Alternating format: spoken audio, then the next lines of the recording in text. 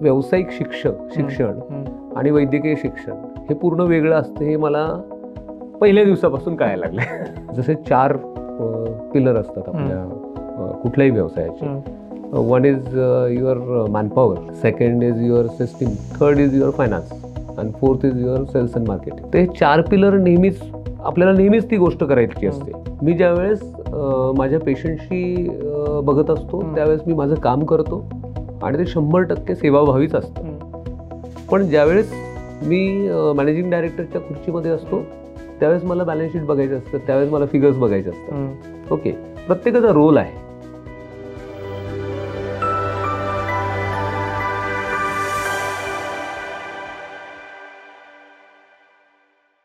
So हे सगळं करताना जे अप्स अँड डाऊन्स आले किंवा जी अनसर्टनिटी होती, मग त्याला फेस करताना how did you look at it? कारण तुमचं जे ट्रेनिंग होतं from the beginning it was that of a doctor, आणि तुम्ही एक एंटरप्रेन्योरियल जंप घेतली होती की you are no a business owner.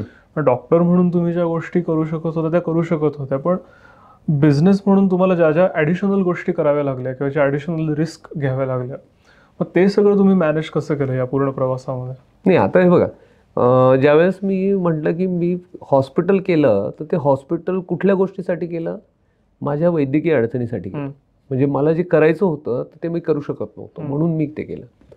मला त्यावेळेस ह्याचा गंधच नव्हता की what kind of entrepreneur journey I have to do, I have to learn the business.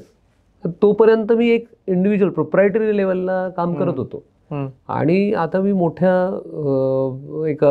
शिवधनुष्य उचलला होता.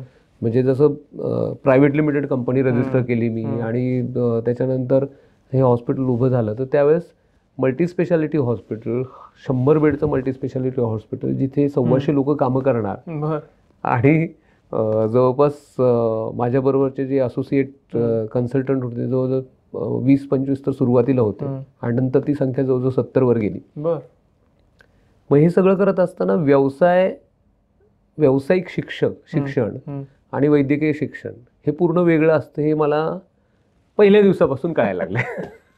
आणि मग ते पहिल्या दिवसापासून जसं कळायला लागलं तर मला माझा जो पहिला गुरु भेटला त्या जर्नीमध्ये, डॉक्टर मंगेश विरकर म्हणून आहेत, तर त्यांनी मला प्रचंड मदतही केली हॉस्पिटल उभं करायला आणि त्याच्या सिस्टीम्स व्यवस्थित तिथे एस्टॅब्लिश करायला.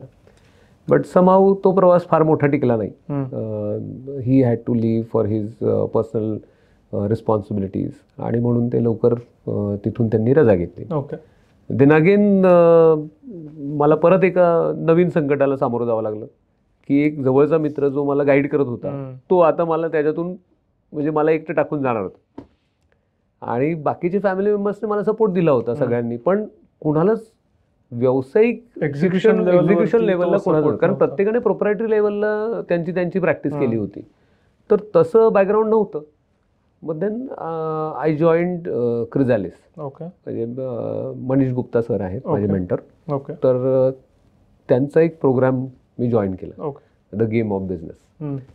मला ते फार कॅची वाटलं आणि मला कोणी गाईड केलं नव्हतं. म्हणजे मला कोणी रेकमेंड केलं नव्हतं की असे असे सर आहेत आणि असे ते शिकवतात.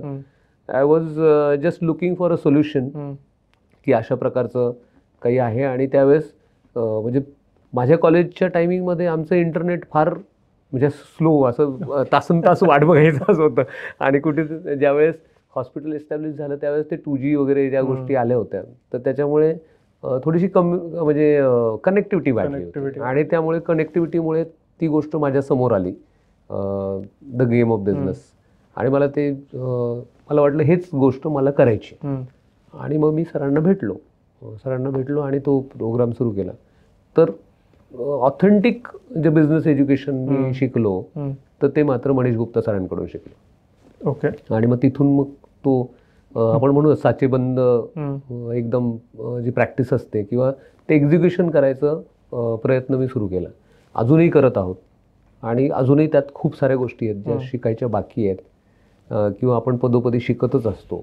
आणि एक्झिक्युशन लेवलला नेहमी एक्झिक्युशन करायचं आहे, परत बघायचं आहे की ते कसं वर्क करत आहे आणि परत नवीन प्रॉब्लेम येणारच असतो. प्रत्येक ज्यावेळेस प्रॉब्लेम येणार त्यावेळेस त्याच्यावर एक संधी असणार. तर ही गोष्ट लक्षात ठेवली की बरोबर तुमचा मार्ग तुम्हाला सुचत जातो. मग त्या पद्धतीने तुम्ही मग आता काय शिकताय म्हणजे बिझनेस एज्युकेशन फ्रंटवरती तुमचा फोकस कशावर आहे आता? प्रचंड पुस्तकं वाचतो मी. ओके. चांगल्या लोकांच्या भेटतो, जसं तुमच्याशी गप्पा मारतोय तर बरंच सारं शिकतोय आपण. आणि वेगवेगळ्या लोकांशी आता जसं आमच्या फोरममध्ये राजेश मंडलिक सर आहेत, तर त्यांच्याकडूनही खूप साऱ्या गोष्टी घेण्यासारख्या असतात. बरेच माझे मित्र आहेत वेगवेगळ्या व्यवसायातले, आणि फक्त वैद्यकीय व्यवसायातल्याच माझे मित्र नाही आहेत, माझे इतर फील्डमधले सुद्धा, किंबहुना त्या इतर फील्डमधले जास्त मित्र आहेत. ओके. आणि त्यांच्याकडून मी बऱ्याच गोष्टी शिकत असतो. मग त्या एक्झिक्युशन लेवलला बऱ्याच ठिकाणी आपण म्हणू ना की जसे 4 पिलर असतात आपल्या कुठल्याही व्यवसायाचे. One is your manpower, second is your system, सिस्टीममध्ये तुमचे रूल्स रेग्युलेशन ह्या सगळ्या गोष्टी येतात. थर्ड इज युअर फायनान्स, आणि fourth is your sales and marketing. ते 4 पिलर नेहमीच आपल्याला नेहमीच ती गोष्ट करायची असते की हा मजबूत करायचा, 4ही मजबूत करायचे, मध्ये काहीतरी एक चॅलेंज येत असतो, मग then again you have to restrengthen it. तर ही रोजचीच गोष्ट आहे, आणि त्यामुळे रोजच काहीतरी नवीन चॅलेंज येतो, आणि तो चॅलेंज आपल्याला, मी पहिल्यांदाही म्हटलं होतं की काहीच विनाकारण घडत नाही. चॅलेंज जरी आला तर तो काहीतरी पर्पजच घेऊन आलाय असं समजायचं. तुम्ही मगाशी बोलताना म्हणालात, म्हणजे आपण एज्युकेशन रिलेटेड जे डिस्कशन्स करत होतो की मेडिसिनच्या फील्डकडे तुम्ही सेवा म्हणून न बघता बिझनेस म्हणून किंवा व्यवसाय म्हणून बघितलं पाहिजे, कारण बाकी सगळ्या पॉलिसीज अलाइंड आहेत त्या तशा आहेत. कारण तुम्ही डॉक्टर आहात म्हणून तुम्हाला इन्कम टॅक्स चुकत नाही, किंवा तुमचा बिझनेस आहे म्हणून बाकीचे टॅक्सेस चुकत नाहीत, सो ऑन. सो तुम्ही स्वतः हे ट्रान्झिशन कसं मॅनेज केलं की तुम्ही मला मग बोलताना म्हणालात की मला सेवा करायची होती पेशंटची, but now you have transition to an entrepreneur. See, ह्याच्यामध्ये आहे ना ट्रान्झिशन नाही आहे, ह्याच्यामध्ये ड्युअल रोल आहेत. ओके. माझं शिफ्ट नाही झालेलं आहे. मी ज्यावेळेस माझ्या पेशंटशी बघत असतो त्यावेळेस मी माझं काम करतो, आणि ते 100% सेवाभावीच असतं. पण ज्यावेळेस मी मॅनेजिंग डायरेक्टरच्या खुर्चीमध्ये असतो त्यावेळेस मला बॅलन्स शीट बघायचं असतं, त्यावेळेस मला फिगर्स बघायचे असतात. ओके, प्रत्येकाचा रोल आहे. हॉस्पिटलमध्ये जर डॉक्टरांचा रोल आहे पेशंटला ट्रीट करणं, तर ते पेशंटला ट्रीटच करतात. जर तिथल्या बिलरचा रोल आहे बिल घेणं, तर ते बिलच घेतात, म्हणजे ते त्यांचा रोल आहे तो. आणि ते तशाच पद्धतीने, म्हणजे त्या पूर्ण बिझनेसकडे त्याच पद्धतीने बघितलं पाहिजे. ह्याचा अर्थ असा नाही आहे की सेवा सोडून द्यायची, किंवा ह्याचा अर्थ असं पण नाही आहे की फक्त बिझनेस सोडून द्यायचा, काहीच नाही. ही इन अँड जे मॉडेल आहे ना त्या पद्धतीने की काही गोष्टी तुम्हाला थोड्याशा ढिल्या सोडायच्या असतात, परत टायटन करायच्या असतात, अशा पद्धतीने ते चालतं. बॅलन्स तुम्हाला ठेवायचा आहे. तुम्ही कुठलीही गोष्ट मर्यादेच्या पलीकडे नाही करू शकत. म्हणजे उदाहरणार्थ जर मला सेवा करायची आहे, तर मला एक एक्झाम्पल सांगतो, मला डोनेशन करायचं. Where from I donate? If I earn then only I can donate. If I don't earn that how I can do the better work. तर हे सगळ्या समाजाने पण तीच समजून घेण्यासारखी गोष्ट आहे, आणि मेडिकल प्रोफेशनलने सुद्धा ही गोष्ट तशीच समजून घेण्यासारखी आहे. ज्या पद्धतीने आपण अर्न करतो त्याच पद्धतीने चांगली कामंसुद्धा आपल्याकडून घडायला पाहिजे. रिसेंटली आम्ही आमच्या हॉस्पिटलमध्ये एक नवीन सुरुवात करतो आहे.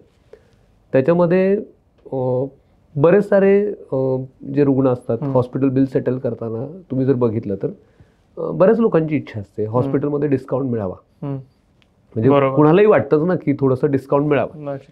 तर आमचा विचार असा आहे की तुम्हाला एक्स अमाऊंटचं डिस्काउंट हवा आहे and you want to have it. तर what our hospital is offering will give that discount to you. तुम्हाला तेवढा डिस्काउंट देऊ. ती एक्स अमाऊंट जी आहे ती डिस्काउंटच्या रूपामध्ये हॉस्पिटलला तुम्ही पे करू नका, परंतु ती एक्स अमाऊंटची जी गोष्ट आहे ती एक्स अमाऊंट तुम्ही डोनेट करा. ओके. असे एक NGO आम्ही असोसिएट केली आहे जे मुलांच्या शिक्षणाचं जबाबदारी घेतात, मुलं दत्तक घेतात शिक्षणासाठी. ओके. आणि the hospital will reciprocate that amount. Okay.